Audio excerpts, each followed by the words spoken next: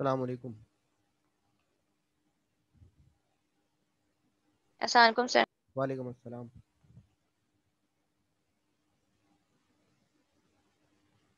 Hello, मेरी आवाज़ आ रही है? जी सर, आ रही है। अस्सलाम जी आ, वालेकुम। वालेकुम अस्सलाम। क्या हाल है सर? अल्लाह का शुक्र है। उस्मान, उस्मान तुम्हारा ये आखिरी सेमेस्टर है? जी सर, इंशाल्लाह आखिरी सेमेस्टर है। तो कितने कोर्सेज लिए थे तुमने? दो कोर्सेज उठाए? एक? सर 3 उठाए। अच्छा। एक हेल्थ एंड सेफ्टी भी लिया होगा? एक हेल्थ एंड सेफ्टी है, एक ईआई और एक energy efficiency and conservation, Rashid साहब का सर। डॉक्टर राशिद साहब का? जी सर। डॉक्टर राशिद साहब सख्त बहुत है, अच्छा पढ़ाते हैं लेकिन। सर पढ़ाते बहुत जबरदस्त हैं और हाँ। नो डाउट सर, अच्छे रूल अच्छे हैं सर। पार्टिसिपेशन भी उनकी क्लास में बहुत अच्छी होती है, लोग टाइम पे आते हैं और पूरे 3 घंटे वो जो है ना सही पढ़ाते हैं। नहीं, अच्छे अच्छे टीचर है, बहुत नाइस टीचर, डेडिकेटेड है। सही बात है। अच्छा वो, सर पेपर क्या वहीं कैंपस में होंगे इस दफा या घर से बैठ के? यार घर से बैठ के ही है अभी तो, ऑनलाइन का। ऑनलाइन ही है सर? हम्म। फिर ठीक है। सर मैंने सुना था कि ऑनलाइन होंगे लेकिन कैंपस से होंगे, कैंपस में सारे अरेंजमेंट्स होंगे। बात हुई थी जो डॉक्टर नाजिर साहब है ना, उनसे। जी तो सर। अभी देखो, अरेंजमेंट में मसला ये आ रहा है कि एचईसी अलाउ करती ही नहीं करती एकदम, इतने सारे स्टूडेंट्स।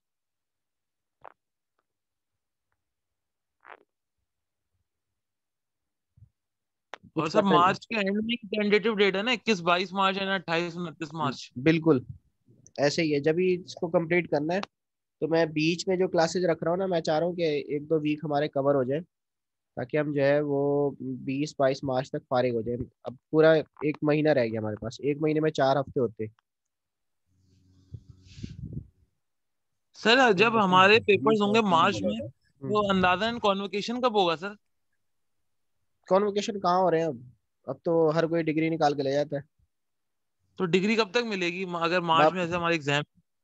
अप्लाई कर देना ऑफिशियल ट्रांसक्रिप्ट के लिए, इसके बाद क्लियरेंस करवा के ट्रांसक्रिप्ट के लिए अप्लाई कर देना, ट्रांसक्रिप्ट आ जाएगी, फिर उसके बाद डिग्री।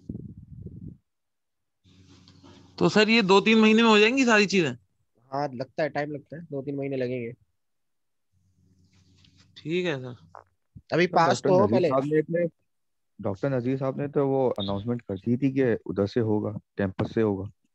वो था पहले रखने का, कैंपस में रखने का, लेकिन कुछ मसले आ गए, अभी सही डिसाइड नहीं हुआ। तो वो आपको मेरे ख्याल में अस्सलाम दो वालेकुम सर। हफ्ते, वालेकुम अस्सलाम, 2 हफ्ते पहले बता दिया जाएगा। अस्सलाम वालेकुम सर। वालेकुम अस्सलाम मुश्ताक। सब ठीक अच्छा ठाक। मुझे बताएं कि सबसे सर पहले गनी आज, हूँ, गनी ये गनी। मुश्ताक ने भी सलाम किया मुझे। मैं गनी भी हूँ सर, हाँ गनी अब्दी सर तुम्हारा अस्सलाम वालेकुम। तुम्हारा भी जवाब दिया, वालेकुम अस्सलाम। नुमान। जी सर। दर्रे का रहने वाला। हाँ मुझे पता है। उस्मान और ये ट्राइबल एरिया इलाका है।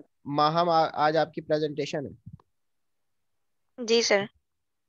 तो पहले मैं क्लास ले लूँ, फिर नेक्स्ट सेशन में प्रेजेंटेशन रख लेते हैं। दूसरा ग्रुप किसका था? नहीं नहीं, पहले प्रेजेंटेशन ले ले। अच्छा, चलो ठीक है। और दूसरा ग्रुप किसका था?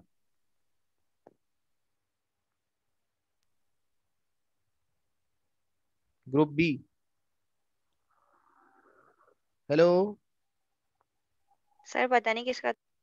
सर अब सबको सांप सूंघ जाएगा सर। वही मैं कह रहा हूँ, आवाजें ही बंद हो गई। वो देना तो है। जी सर, सुन रहे हैं, सुन रहे हैं।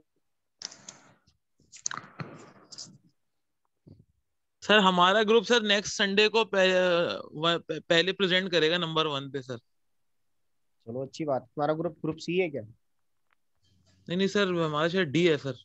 डी है? सी या डी है। तो वो सीक्वेंस वाइज चलने दो ना, अगर वो सी अलाउ करता है तो फिर दे देना, ये तो फिर सी को अस्सलाम देने वालेकुम देंगे। सर। वालेकुम अस्सलाम। ठीक कंजा की भी प्रेजेंटेशन है आज। है। नहीं सर, मेरी नहीं है। इस जीशान जीशान अंसारी। सर निशान सारी तो मेरे वाले ग्रुप में ही है सर।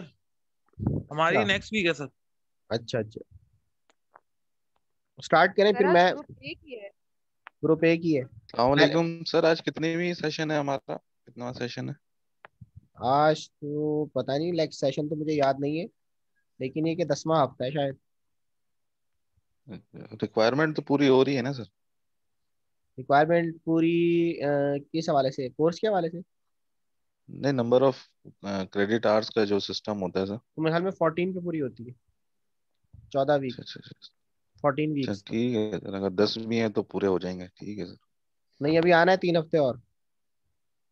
जी सर। अच्छा, मैं फिर स्टार्ट करता हूँ। और ये नोमान और माहम आपके ग्रुप में, तीसरा तीसरा कौन है? सर अरशद है और अयूब है। अयूब तो आए नहीं। अस्सलाम वालेकुम सर। वालेकुम अस्सलाम। अरशद इसरार भी नहीं आए। सर मैं हूँ सर। अच्छा अच्छा, हो। अयूब से रब्ता करें, इतने मैं सेशन ले लेता हूँ, फिर आपकी बारी है। ठीक है सर। सर आप क्लास स्टार्ट कर दें, फिर प्रेजेंटेशन एंड में रख दीजिएगा तो हर कोई ज्वाइन भी कर लेगा। ठीक है, मेरे पास तो वही है चेकलिस्ट डिस्कस करने के लिए।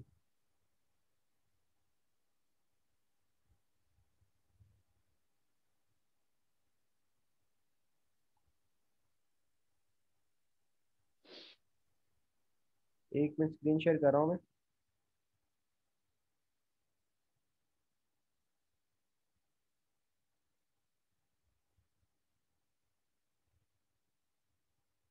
अच्छा, यहाँ तक तो देख लिया था हमने। डिस्क्रिप्शन ऑफ द प्रोजेक्ट या प्रोजेक्ट डिस्क्रिप्शन में category, objective, alternatives, location, site का land use, road axis, vegetation क्या होगा, कॉस्ट एंड मैग्नीट्यूड क्या है, शेड्यूल ऑफ इम्प्लीमेंटेशन क्या है, और फिर process flow and equipment details, restoration in rehabilitation plan, और देन गवर्नमेंट अप्रूवल्स। ये तो हो गया प्रोजेक्ट के हवाले से। प्रोजेक्ट की गवर्नमेंट अप्रूवल कौन कौन सी कराई है। अब आ जाइए क्लॉज नंबर 2.3 पे। 2.3 का डी पार्ट जो है, उसमें मैंने आपको शुरू में बताया था कि डिस्क्रिप्शन ऑफ द प्रोजेक्ट तो हो गया। उसके बाद हम देखते हैं कि डिस्क्रिप्शन ऑफ द इन्वायरमेंट क्या है, यानी एग्जिस्टिंग इन्वायरमेंटल कंडीशंस या resources. Clear cut picture of existing environmental resources नजर आ रहा है ना आप लोगों को? ये इसको बड़ा कर लेता हूँ। तो clear cut picture of existing environmental resources, इसमें सब जो मेन पॉइंट है वो ये 3 पॉइंट है। जिसको कहते हैं, अगर मैं वैसे लूँ तो सोशियो इकोनॉमिक, एक तो लास्ट वाला आ गया, एंड इकोलॉजिकल। तो physical, ecological and socio economic condition of the environment related to the project, यानी उसके 5 किलोमीटर्स के अंदर उसकी फिजिकल कंडीशंस क्या है, या उसके आसपास की जो है फिजिकल कंडीशंस क्या है। फिर इकोलॉजिकल कंडीशंस कैसी हैं, वहाँ का फ्लोरा हो गया, फाना हो गया। और अयूब भी आ गए, ये अच्छा किया इन्होंने। और वहाँ की सोशियो इकोनॉमिक कंडीशन, लोगों की लिविंग। ठीक है, और नीचे एक पॉइंट उन्होंने दिया हुआ है, क्वालिटी ऑफ लाइफ वैल्यूज। तो क्वालिटी ऑफ लाइफ वैल्यूज ये दूसरा पॉइंट है, यानी वहाँ के लोगों की क्वालिटी क्या है, रहने सहने की। हमारे यहाँ तो पाकिस्तान में ज़्यादातर गरीब, क्योंकि we are a poor country, हमारा जो है वो पुअर कंट्री के अंदर आता है। तो क्वालिटी ऑफ लाइफ वैल्यूज हमारी जो भी होंगी वो इतनी खास नहीं होंगी। अगर डिफेंस में प्रोजेक्ट लग रहा है तो अल्टीमेटली वहाँ की क्वालिटी ऑफ लाइफ वैल्यूज अच्छी है।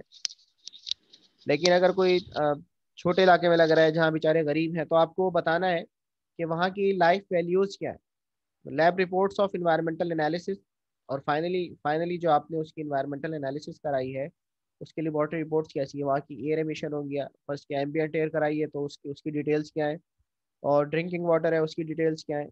तो ये सारी चीज़ें उसमें हमने बतानी है। नॉइस की कंडीशंस क्या है चारों तरफ की। तो सबसे पहले description of the environment, physical, ecological and socio economic. Physical conditions के अंदर क्या क्या चीज़ें आएंगी?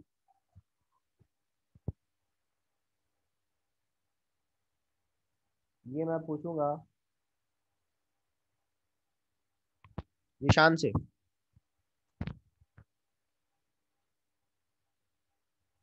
जिशान अंसारी, मेरे ख्याल में छोड़ के चले गए। राही नहीं, ये मुझे बताएं।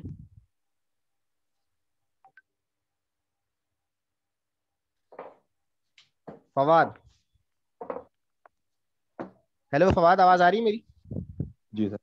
अच्छा फवाद, ये फिजिकल कंडीशन से क्या मुराद है? इसमें कौन कौन सी चीजें आ जाएंगी? Existing environmental resources, in in terms of physical environment.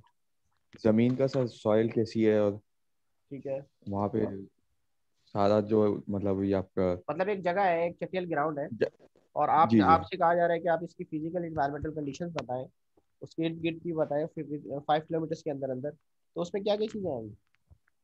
5 kilometre के अलावा भी बता सकते हैं, आसपास वहाँ की सॉइल कैसी है, और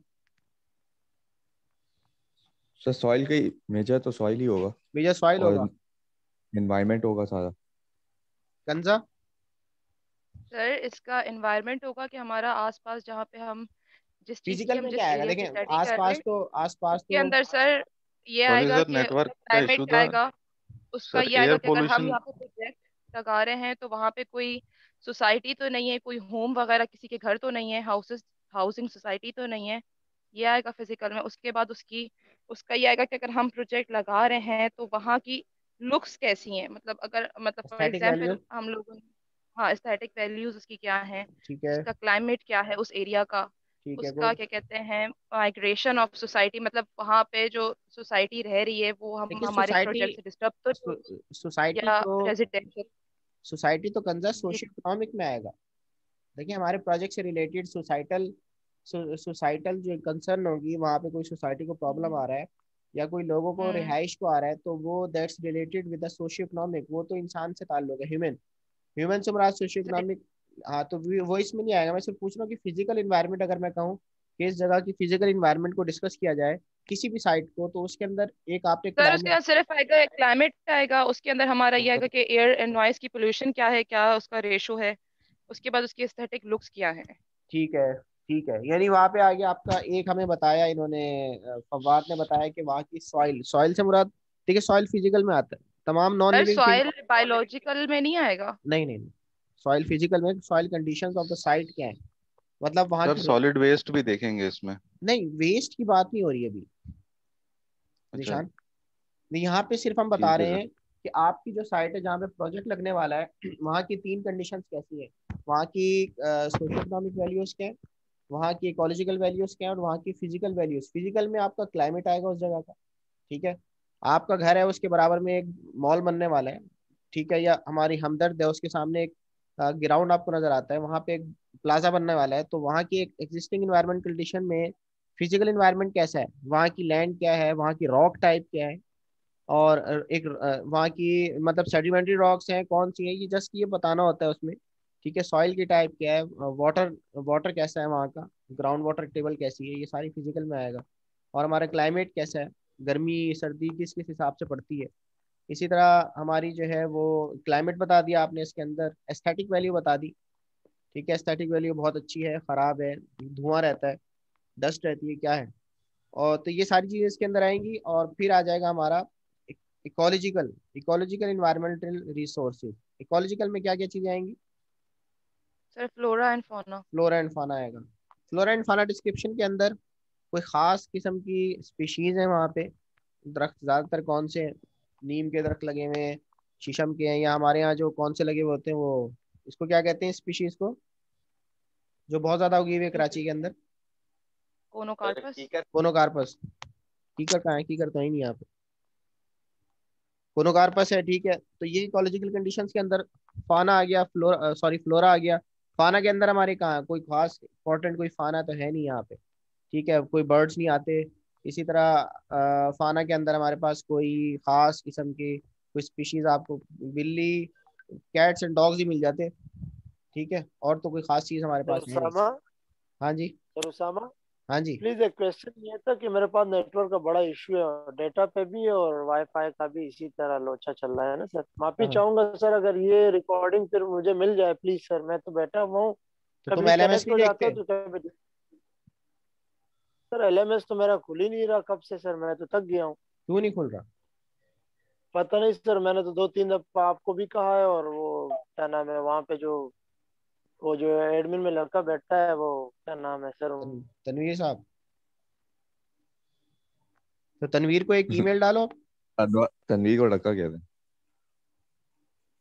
तनवीर को ईमेल डालो, आप क्यों नहीं खुल रहा? उस पर सारे लेक्चर्स हैं मेरे,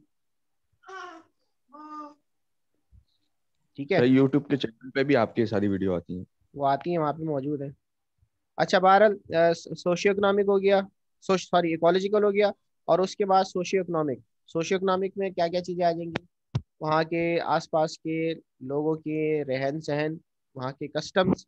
ठीक है, आपके प्रोजेक्ट से लोगों के कस्टम्स डिस्टर्ब तो नहीं हो रहे? हमारे यहाँ कस्टम्स और हैं, जो क्रिश्चियंस हैं उनके कस्टम्स और होते हैं। तो हर जगह कस्टम्स, उनकी सोशियो इकोनॉमिक लाइफ। ठीक है। अब कराची में लोग किस वक्त उठते हैं नॉर्मली? यहाँ पे कारोबारी हजरात जो है वो 11 बजे कारोबार स्टार्ट होता है। हालांकि इंटीरियर सीन या इंटीरियर पंजाब में ऐसा नहीं है, वहाँ 8 बजे दुकानें खुल जाती है। तो इस सोशियो इकोनॉमिक आपकी वो है, लाइफ है लोगों की।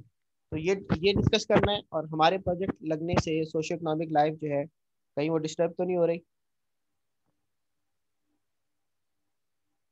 ठीक है। उसके बाद आ जाएगा क्वालिटी ऑफ लाइफ वैल्यूज। लोगों की क्वालिटी ऑफ लाइफ क्या है, ये मैं आपसे पहले डिस्कस कर चुका हूँ। आया कि बहुत ज़्यादा अच्छी लाइफ गुजार रहे हैं, ठीक है, या मीडियोकर्स हैं, मीडियम मीडियम तबका है, और तीसरा ये है कि भाई या बहुत ज़्यादा गरीब है। तो वहाँ की क्वालिटी ऑफ लाइफ वेरियस क्या है, और उसी के मुताबिक फिर हम लोगों को जो है वो जॉब्स भी देते हैं। कि प्रोजेक्ट लगने से जॉब्स क्रिएट होंगी, लोकल पब्लिक जो है वो जॉब करेगी। तो यहाँ पे हमने इन तमाम चीज़ों में डिस्कस करना है। ये येलो कलर का मार्क लगा दिए किसी ने, इसको हटा दें।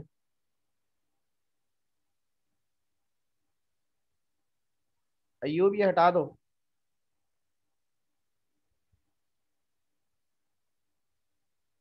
स्क्रीनिंग ऑफ पोटेंशियल जी सर। इन्वायरमेंट।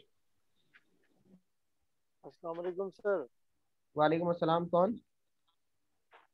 सर गनी बोल रहा हूँ सर। वही इशू है, फिर खुद ब खुद कनेक्ट हो जाता है खुद ब खुद तुम सर। रिकॉर्डेड लेक्चर ले लेना, मैं तुम्हें सेंड कर दूंगा। बस सर जब तक चल रहा है तो चल रहा है, बट मुझे सर रिकॉर्डिंग लेक्चर सेंड कर ले तो it's sir special request for sir. Okay okay. Screening of potential environmental impacts and mitigation measure. Zeeshan, ये वो जगह है जहाँ पे हम डालेंगे कि इन्वायरमेंटल इम्पैक्ट्स क्या होंगे, यानी वो जो सॉलिड वेस्ट की बात कर रहे थे आप, वो यहाँ डिस्कस होगा। Screening of potential environmental impacts and mitigation measure. Environmental impacts क्या होंगे और उसकी मिटिगेशन क्या होगी। ठीक है। इन्वायरमेंटल पैरामीटर्स रिगार्डिंग, अब यहाँ पे हमने चार पांच चीजें डिस्कस करनी है।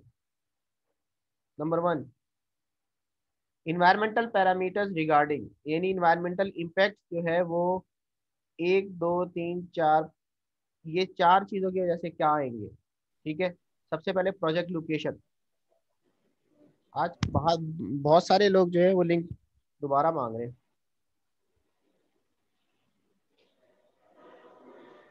जी अरशद, अरशद इसरार, अरशद, ये होते ही नहीं मेरे ख्याल में। उस्मान। जी सर, बोलें सर। जी सर। उस्मान, ये इन 4 चीजों से क्या मुराद है? Screening of potential environmental impact and mitigation measures, इससे क्या मुराद है? EIA का एक सर सबसे EIA के दौरान सबसे इम्पोर्टेंट पार्ट जो होता है वो इन पोटेंशियल इन्वायरमेंटल इम्पैक्ट्स की स्क्रीनिंग होती है, और फिर हम उसकी प्रोपोज्ड मिटिगेशन देते हैं। इससे क्या मुराद है?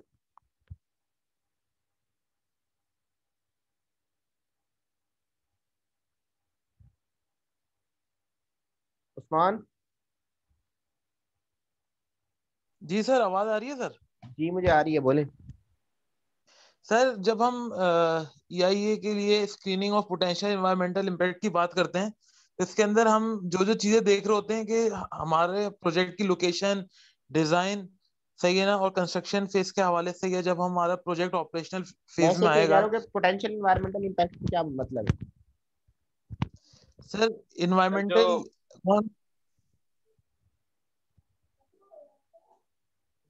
बोलो बोलो उस्मान सर बोलो। हमारे एनवायरमेंट में उस पर्टिकुलर प्रोजेक्ट के हवाले से हमारे एनवायरमेंट में क्या क्या इम्पैक्ट आ सकता है, तो इसमें ये ठीक है है। सर। एंड मिटिगेशन, और मिटिगेशन से क्या मुराद है? एंड इट्स मिटिगेशन मेजर्स, इससे क्या सर मुराद है? जब वो प्रोजेक्ट स्टार्ट हो जाएगा, फॉर एग्जांपल अगर मैं एक ऑयल इंडस्ट्री लगाने जा रहा हूँ, तो ऑयल इंडस्ट्री लगाने के दौरान इन्वायरमेंट किस तरह से खराब हो सकता है, और उस एनवायरनमेंट को खराब होने से बचाने के लिए मैंने क्या क्या मिटिगेशन मेजर्स अप्लाई किए ठीक हैं, है, सोल्यूशन। ये सब ठीक है, जी सर। ये 4 तरीकों से हो सकता है। देखें, एक तो लोकेशन के हवाले से इम्पैक्ट क्या आ सकता है और आप उसकी मिटिगेशन क्या दे रहे हैं। प्रोजेक्ट के डिजाइन के हवाले से इम्पैक्ट क्या आ सकता है और उसकी मिटिगेशन क्या दे रहे हैं आप। कंस्ट्रक्शन 2 फेजेस होते हैं, construction phase and operation phase. इसी तरह कंस्ट्रक्शन फेज के अंदर इन्वायरमेंटल इम्पैक्ट्स क्या आ सकते हैं और फिर ऑपरेशनल फेज से इन्वायरमेंटल इम्पैक्ट्स क्या आ सकते हैं। लोकेशन के हवाले से इम्पैक्ट क्या आएगा, इस पे कौन रोशनी डालेगा। फवाद।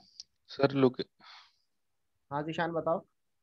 लोकेशन के रेफरेंस से सर ये हो सकता है कि कोई प्रोजेक्ट आपने पावर प्लांट लगा दिया है और उसके सराउंडिंग में ही हॉस्पिटल मौजूद है, तो उसका जो नॉइस निकलेगा, शोर होगा और एयर इमिशंस हैं वो सब डिस्टर्ब करेंगे हॉस्पिटल के जो पेशेंट्स वगैरह हैं। ठीक है, और गुड। नियर बाय रेजिडेंसी भी है और आपने कोई कोल पावर प्लांट लगा दिया तो वो सब लोगों को इम्पेक्ट हम्म करेगा। जिस हम्म तरह अगर साहिवाल वाला कोल पावर प्लांट लगा है तो सराउंडिंग में जो एग्रीकल्चर लैंड वाले लोग थे उनकी जो प्रोडक्शन है उस पर बहुत इफेक्ट आया, जमीन जबरदस्त, गुड। खराब हो रही है। हम्म जी सर। इसकी और दूसरा ये भी है सर कि अगर आपने ऐसी कोई चीज लगाई है जिससे आप अंडरग्राउंड वाटर निकाल रहे हैं, हम्म तो एक ऐसे ही प्रोजेक्ट है बेस्ट वे सीमेंट का सर। हम्म वो पानी अंडरग्राउंड बोर करके निकाल रहे थे और एक बहुत पुराना, हजारों साल पुराना हिंदुओं का मंदिर था और उन मंदिर के पास ना तालाब भी था। तो हम्म वो एक टाइम आया वो तालाब का पानी कम होने लग गया, तो वो अभी हम्म। केस चल रहा है उन पे सर कि ये अंडरग्राउंड वाटर टेबल डिस्टर्ब कर रहे हैं ये लोग। तो तो इस वो तरह की चीजें जो सही, तो ऐसे इम्पैक्ट लोकेशन के हवाले से देखे जाते हैं, गुड। एक मुझे अच्छी तरह याद है, एक अब ईआईए में गए थे, तो वहाँ पे एक हॉस्पिटल था। हॉस्पिटल का जो वेस्ट होता है हैजार्डस होता है, तो उस हॉस्पिटल के वेस्ट को वो अपना इंसिनरेटर लगा रहे थे हॉस्पिटल के अंदर ही। तो उसकी ईआईए थी, तो उस पे एक इशू उठाया था, एक हमारे पीएचडी डॉक्टर थे। उन्होंने कहा इसका जो स्टेक होता है, चिमनी होती है, उससे धुआं निकलेगा। और जो धुएं के, उन्होंने कहा था कि जो एयर एमिशंस होंगी वहां से जो स्मोक निकलेगा, तो अल्टीमेटली वो कहीं ना कहीं कुछ कुछ एरिया तक ट्रेवल करेगा। जो धुआं निकलता है वो कुछ एरिया तक ट्रेवल करता है और फिर उसके पार्टिकल जमीन पे जाके गिरते हैं। अब वो ट्रेवलिंग कितनी दूर होती है, it depends on the air, air का फ्लो कितना है, उसकी स्पीड कितनी है। तो उन्होंने कहा था कि जब ये एयर चलेगी तो अल्टीमेटली वो जो उसके पार्टिकल्स होंगे इंसिनरेशन के दौरान, जो उसके पार्टिकल निकलेंगे, उसका डायरेक्शन वही होगा। उसके पीछे एक रेजिडेंसी भी थी, यानी कुछ फासले पर, 3-4 किलोमीटर के फासले पर। गाइस जब ये हवा चलेगी तो अल्टीमेटली ये धुआं वहां जाएगा और वहां के रेजिडेंसीज जो हैं उनको जाके डिस्टर्ब करेगा। तो ये प्रोजेक्ट की लोकेशन जो है इटसेल्फ इम्पैक्ट डाल रही है वहाँ के लोकल रेजिडेंसी पे। जैसे अभी आपने एग्जांपल दी कि वो पानी निकालना शुरू हुआ तो मंदिर का पानी कम हो गया, तो इस तरह की बहुत सारी एग्जांपल्स हैं कि लोकेशन के हवाले से प्रोजेक्ट के इम्पैक्ट्स आ सकते हैं और आपको उसका सोल्यूशन देना है, मिटिगेशन देनी है कि प्रोजेक्ट हम ये लगा रहे हैं तो हम उसको कवर करेंगे या हम उसका पानी की रिहेबिलिटेशन करेंगे। ये सारी सॉल्यूशंस आपको बताने होते हैं कि लोकेशन के हवाले से जो प्रॉब्लम आ रही है हम इसको करेंगे। और कोई एग्जांपल किसी के जहन में हो? Fawad.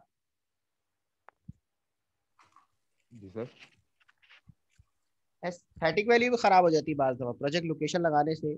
Sitting of the site क्या है, अगर प्रोजेक्ट आपका पावर प्लांट है तो आप रेजिडेंशियल एरिया के अंदर नहीं लगा सकते, कमर्शियल एरिया के अंदर नहीं लगा सकते। एक मुझे प्रोजेक्ट याद है, वो हमने उसकी आईडब्ल्यू जमा करवाई थी।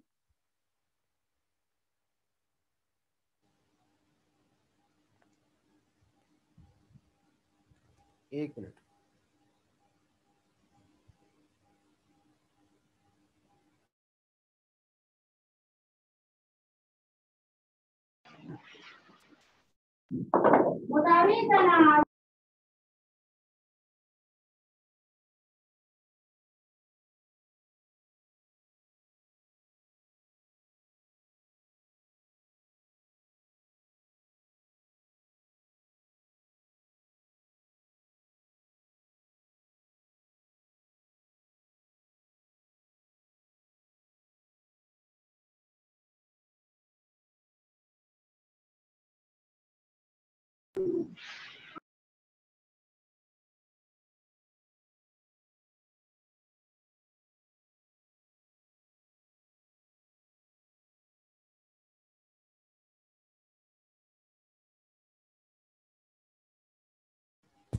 हेलो, अस्सलाम वालेकुम। अच्छा जी, इसके बाद जो है वो प्रोजेक्ट लोकेशन और फिर उसका डिज़ाइन। डिज़ाइन के हवाले से क्या इम्पैक्ट होंगे, हम प्रोजेक्ट लगाने जा रहे हैं तो उसके डिज़ाइन से इम्पैक्ट क्या आ सकते हैं। बाज़ दफ़ा कोई प्रोजेक्ट होता है तो उसके डिज़ाइन फेज़ के दौरान जो है हीट बहुत ज़्यादा जनरेट होती है, ठीक है, कुछ बर्निंग करनी की पड़ जाती है, हमें कोल जलाना पड़ जाता है। तो डिज़ाइन फेज़ के हवाले से पोटेंशियल इन्वायरमेंटल इम्पैक्ट्स क्या हो सकते हैं। फिर ड्यूरिंग कंस्ट्रक्शन फेज़, ये डिज़ाइन के हवाले से किसी के जहन में कोई एग्जांपल हो तो मुझे बताएं। निशान, सर अभी जहन में नहीं आ रहा। अभी जहन में नहीं आ रहा, और किसी के जहन में हो? अच्छा सर, ये डिजाइन जो होता है इसके अंदर, ये जो किसी भी बिल्डिंग का आर्किटेक्ट होता है उसकी इम्पोर्टेंस मतलब उसको जी, गुड, कंसिडर करते हैं। बिल्कुल बिल्कुल, ये आपने अच्छी एग्जांपल दी है कि डिज़ाइन से मुराद उसका उसकी कंस्ट्रक्शन का डिज़ाइन भी हो सकता है। यानी कोई बिल्डिंग है, उसकी कंस्ट्रक्शन का डिज़ाइन कैसा है, उसका लेआउट कैसा है, डिज़ाइन फेज में ये भी आ जाएगा। ये इक्विपमेंट का डिज़ाइन कैसा है, उससे कोई इन्वायरमेंटल इम्पैक्ट तो नहीं आ रहा। तो ये दोनों चीज़ें हमने देखनी है। फिर इसी तरह तीसरे नंबर पे इम्पैक्ट्स, यानी potential environmental impacts during construction phase. Construction phase से इम्पैक्ट क्या आ सकते हैं। मिसाल के तौर पे वहाँ पे हम जब बिल्डिंग खड़ी करेंगे तो अल्टीमेटली हमें कुछ एक्सकवेशन करनी पड़ेगी, ठीक है, हम खुदाई करेंगे, वहाँ से रिमूवल ऑफ लैंड करेंगे, मट्टी निकालेंगे, तो उसकी डेब्रीज कहाँ जाएगी, वो किस हद तक होगा, ठीक है, इस कंस्ट्रक्शन फेज के अंदर। फिर कितनी मट्टी लाएंगे, वहाँ से जो सॉलिड वेस्ट जनरेट होगा, वहाँ नॉइस जो जनरेट होगा, वहाँ पे जो मशीनें लगेंगी उससे जो इमिशंस होंगी उस वो विद इन द लिमिट्स है नहीं है, ये सारी चीज़ें हमने कंस्ट्रक्शन फेज के अंदर देखनी है। एक्सकेवेटर कितने लगेंगे वहाँ पे जो है कंस्ट्रक्शन के अंदर क्या क्या इक्विपमेंट और मशीनरी आएगी, कितना नॉइस जनरेट होगा और उसकी टाइमिंग क्या होंगी। जैसे एक पीएसओ का पाइपलाइन डल रही थी, आप अभी सीवीओ के पास जाए ना तो वहाँ पे आपको एक एक तरफ जो है पाइप डलते हुए नजर आ रहे होंगे। तो उसकी ईआईए हुई थी, तो उसमें यही था कि यहाँ पे जब ये कंस्ट्रक्शन होगी तो कंस्ट्रक्शन में वहाँ की जो लोकल पब्लिक है वो डिस्टर्ब होगी, सुबह लोग ऑफिस पे जाएंगे। तो पीएसओ वालों से पूछा गया था कि जब आप जिस वक्त आप कंस्ट्रक्शन कर रहे होंगे जिस टाइम पे, तो उस वक्त तो 9 बजे आप स्टार्ट करेंगे, लोग उस वक्त ट्रैफिक जो है वो उसकी डेंसिटी बहुत ज़्यादा होती है, तो ट्रैफिक डिस्टर्ब होगी, लोग डिस्टर्ब होंगे, अल्टीमेटली वो आपसे लड़ेंगे आगे। तो आपने उसका सोल्यूशन क्या दिया है। तो इम्पैक्ट्स ड्यूरिंग कंस्ट्रक्शन फेज में उसके इम्पैक्ट्स क्या आ रहे हैं। आपने कंस्ट्रक्शन तो शुरू कर दी, लेकिन उसके इम्पैक्ट्स क्या हैं, उसके impact solid waste, in terms of solid waste, in terms of local people, in terms of noise, वहाँ की जो है आपको क्या क्या डिस्टर्बेंस आ रही है। फिर इसी तरह during operational phase, operation phase के अंदर, ऑपरेशन फेज के बाद जब कंस्ट्रक्शन हो गई, मशीनरी इंस्टॉल हो गई, जब आप फुल ऑपरेशन के अंदर आपका प्रोजेक्ट आएगा तो उस दौरान उसकी इम्पैक्ट्स क्या आएंगी, वो पोटेंशियल एनवायरमेंटल इम्पैक्ट्स क्या क्या होंगी। और इसकी अगर कोई एग्जांपल है तो ये मुझे बताएंगे मुश्ताक। मुश्ताक, ये मैं इस तरह से पूछता हूँ मुझे अंदाजा हो जाए कि आप लोग ऑनलाइन है नहीं है।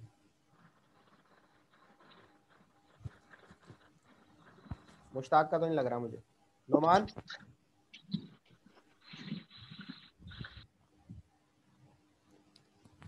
नोमान जी का, सर। नोमान मुझे बताओ इसका क्या मतलब है ऑपरेशनल फेज का। सर ड्यूरिंग द ऑपरेशन, यानी जो जब कंस्ट्रक्शन के बाद हमारा जो जो भी नोमान बात क्या प्रोजेक्ट चल होगा रही है जब वो सिर्फ मुझे स्टार्ट हो बता दो। जाएगा।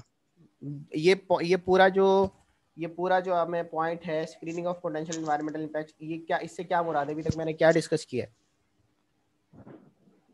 सर एक तो आपने पहले ये बताया ना, लोकेशन के हिसाब से हम स्क्रीनिंग करेंगे कि प्रोजेक्ट की लोकेशन क्या है और वहाँ पे जो है इसके आसपास के इलाकों में सही है आसपास के इसके इलाकों क्या में क्या, असरात होंगे। ठीक है। असरात होंगे, ठीक है ना सर। इसी तरह फिर डिजाइन का आता है कि जब हम प्रोजेक्ट अपना खड़ा करेंगे, ठीक है, तो उस डिजाइन से क्या असरात पैदा होते हैं। फिर ठीक है, कंस्ट्रक्शन फेज के अंदर बहुत सारे जो है ना वो ऐसे एनवायरमेंटल इम्पैक्ट्स हैं जो हो सकते हैं, ठीक है। और ऑपरेशन में ये आएगा कि हमारा जो प्रोजेक्ट है जब ऑपरेशनल फेज के अंदर आ जाएगा यानी स्टार्ट हो जाएगा, तो उसके बाद जो है कौन कौन से हमारे एनवायरमेंटल इम्पैक्ट्स आएंगे, जैसे कि एयर पोल्यूशन हो गई, वाटर पोल्यूशन हो गई, एग्जाम्पल, कोई ठीक है, फिर मिसाल दो मुझे। वेस्ट का। सर जैसे अभी फर्स्ट चल रहा है टेक्सटाइल में, वो अभी अपने ऑपरेशन के अंदर चल रही है, ठीक है। तो सर अभी हम उसके अंदर जो है वो अपने एयर पोल्यूशन देखते हैं, नहीं, अपना वेस्ट वाटर वो तो देखते हैं। प्रोजेक्ट आपका स्टार्टेड है, ऑलरेडी एग्जिस्टेड है, वो तो उसकी तो ये नहीं होगी, उसकी IEE नहीं होगी। ये तो बात हो रही है प्रपोज। तो सर ये ऑपरेशनल में भी तो यही, यानी ऑपरेशन में आप ये ऑपरेशनल भी चीज मेरे ख्याल देखेंगे। से छह ठीक सात है। महीने का टाइम होता है ना हमारे पास अब हाँ। स्टार्ट होने के। ठीक है।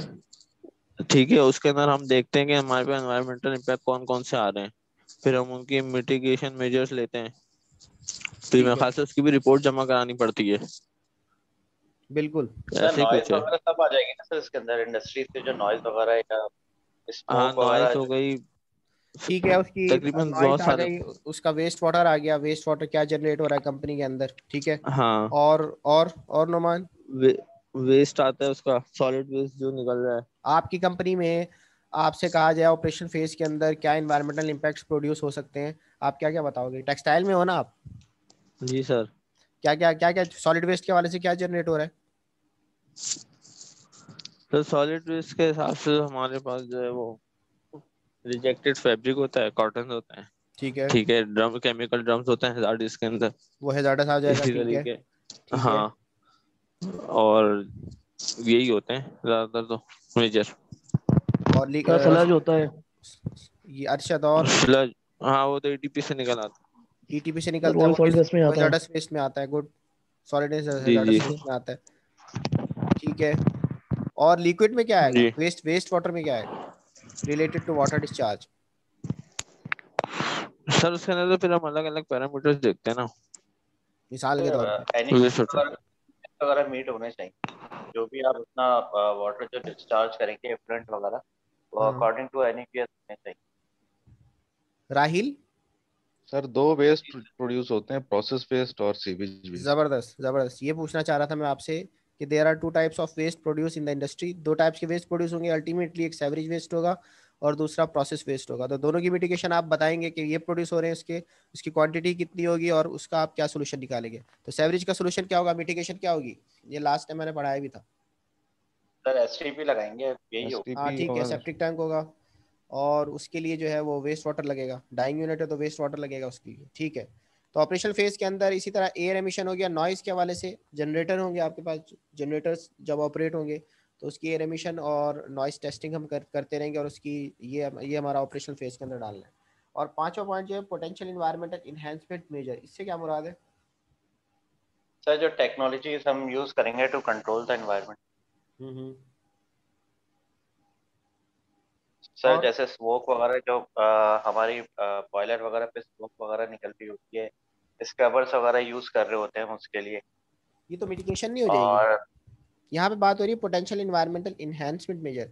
हम इन्वायरमेंटल इन्हेंसमेंट मेजर क्या ले रहे हैं और इसके अलावा? फर्ज क्या दरख्त लगा दिया आपने कंपनी के चारों तरफ, ये इन्हेंसमेंट है। This is not the part of your project, ये आपके प्रोजेक्ट का पार्ट नहीं था, लेकिन आपने इन्वायरमेंटल इन्हेंस करने के फर्ज किया, आप कहते हैं कि हमारी कंपनी से इतना धुआं निकलेगा, तो उसके इंटर्न हम इतने कार्बन डाइऑक्साइड को एब्जॉर्ब करने के लिए या उसकी क्वांटिटी को मेंटेन करने के लिए हमने 10 दरख्त लगा दिए, जैसे कोरंगी वाले क्लेम करते हैं। अब रजबी के पास चले जाए, रजबी की तरफ एक मुझे इसमें बुलाया था इन्होंने, जो जेम्स वाले हैं, आज शहरियार है नहीं, तो जेम्स वालों ने एक काटी की प्रेजेंटेशन की थी जिसमें DG साहब थे और मिनिस्टर भी आए थे, तो इससे पहले जो मिनिस्टर थे, तो उन्होंने ना पूरी जितनी बड़ी बड़ी इंडस्ट्रीज थी, रजबी थी, उसमें डेनिम, ये कौन से हैं, कौन से वाला है, आर्टिस्टिक वाले थे, और ये फार्मा वाले थे, बड़े बड़े जितने भी काटी के थे वो मेंबर्स आए थे। उन्होंने कहा था कि सर हमने देखे आप कहते हैं कि हम कोई इन्हेंसमेंट नहीं कर रहे इन्वायरमेंट की, आप ज़रा हमारी एक पट्टी देखिए, वही फिर उन्होंने पिक्चर दी थी जो कि रजबी से होती हुई आगे की तरफ जा रही है। उन्होंने कहा था हमने यहाँ पे पूरी प्लांटेशन की हुई है, तो हम तो इन्वायरमेंट को फॉलो कर रहे हैं, हम उसको फॉलो करना चाहते हैं। तो बाहर उन्होंने अपने कंसर्न बताए थे। तो इन्हेंसमेंट मेजर का सर मतलब, हाँ जी। सर एनहेंसमेंट मेजर्स में मैं एक चीज और भी ऐड करना चाहूंगी। मैंने पढ़ा था एक जगह पर कि कुछ इंडस्ट्रीज जो है वो फाउंटेन्स भी लगाती हैं। फॉर एग्जांपल कोई हाँ, इंडस्ट्री ऐसी है एस्थेटिक जिसके वैल्यू अंदर अच्छा करने के लिए। पार्टिकुलेट मैटर, एस्थेटिक वैल्यू भी अच्छा करने के लिए, दूसरा इसलिए भी कि किसी कोई इंडस्ट्री है फॉर एग्जांपल वो पार्टिकुलेट मैटर्स जनरेट कर रही है। जैसे हमारी सीमेंट इंडस्ट्रीज होती हैं या इस तरह की इंडस्ट्रीज होती हैं, उनमें पार्टिकुलेट मैटर निकलता है, PM 0.25 या 2.5, बड़े बड़े से भी 2 पॉइंट नहीं 0.25 तक निकलता है। ठीक तो है। सर उसको खत्म करने के लिए फाउंटेन लगाए जाते हैं कि जब फाउंटेन का वो जो पानी के अंदर जो उसका वो होता है ना सर, क्या कहते हैं, वाटर वेपर्स होता है ना, तो वो पार्टिकुलेट जो छोटे छोटे से पार्टिकुलेट उनको एरोज लेके उसके बैठ जाते हैं। पार्टिकुलेट्स होते हैं, उनको एब्जॉर्ब कर लेते हैं जी। गुड। उनको एब्जॉर्ब करके उसको जो है वो वहीं पर ही खत्म कर देते हैं, तो वो राइट। एनवायरनमेंट में फैलता नहीं है पार्टिकुलेट, जिससे हमारा सांस की बीमारियां और ये वो सब चीजें नहीं होती फिर। तो ये सही भी है, गुड। करती हैं हाँ, ये मैनेजमेंट एनहेंसमेंट है, ऑफ गुड। यानी आपने जी। कंपनी जो है इन्वायरमेंट को इन्हेंस करने के लिए क्या क्या मेजरमेंट ले रही है, बिसाइड बिसाइड अदर मेजर्स, इन सब की मिटिगेशन के अलावा और कंपनी क्या क्या कर रही है जिससे इन्वायरमेंट खराब ना हो।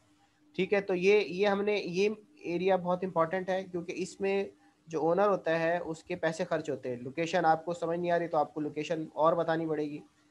एक प्रोजेक्ट मैंने सिर्फ EIA का इस वजह से नहीं लिया था क्योंकि उसकी लोकेशन जो उसने इंसिनरेशन प्लांट लगाना था। अब उसने प्लांट जो है वो जो हमारा नई कराची का इलाका है, उस जगह पे कोई साइट खरीद ली। अब उसने कहा कि सर आप मुझे इस पे NOC दिला के दें। तो सिर्फ ये प्रोजेक्ट इस वजह से डन नहीं हुआ कि उसकी लोकेशन उसने बिल्कुल रेजिडेंसी के पास ले ली, वहाँ पे उसकी अप्रूवल हो ही नहीं सकती। तो इस तरह की बहुत सारी चीज़ें हैं जो हमने कंसिडर करनी होती हैं। ठीक है, बाकी जो है आगे हम इसको फर्दर आहिस्ता आहिस्ता देखते रहेंगे। और ये आपकी पूरी जब से चेकलिस्ट कंप्लीट होगी तो आपकी पूरी इन्वायरमेंटल रिपोर्ट बन जाएगी। तो यहाँ तक मेरे ख्याल में किसी को कोई क्वेश्चन नहीं होना चाहिए। एग्जेक्टिव समरी है, इंट्रोडक्शन है, प्रोजेक्ट का डिस्क्रिप्शन है। इसी तरह आज हमने पढ़ा डिस्क्रिप्शन ऑफ इन्वायरमेंट और screening of potential environmental impacts and mitigation measure. फिर हम देखेंगे EMMP, environmental management and monitoring plan, ये हम इसको फर्दर डिस्कस करेंगे। अच्छा, अब जो है वो नेक्स्ट 2-3 मिनट रह गए। नेक्स्ट सेशन सर जो एक है। चीज पूछनी थी। जी जी जीशान। सर ये चीजें तो हमने आपने ब्रीफ की, इसमें आगे जो कॉलम्स बने हुए हैं उसमें एक में लिखा प्रेजेंट, एक में लिखा है लैकिंग। तो ये कौन फिल करेगा सर? मतलब जो कंसल्टेंसी एजेंसी है वो प्रेजेंट पे टिक कर करके सब कर रही है फॉर एग्जांपल, तो लैकिंग आइडेंटिफाई ये फिर सीपा करती है। सर्टिफिकेशन दीपा पीपा करेगी? अच्छा। पीपा करेगी। देखें, आपने बताना ठीक है है, सर। फर्ज किया आपने title and location of the project, आपने ये प्रेजेंट है तो आप इस पे टिक कर देंगे, अगर ये मौजूद नहीं है तो लैग कर देंगे।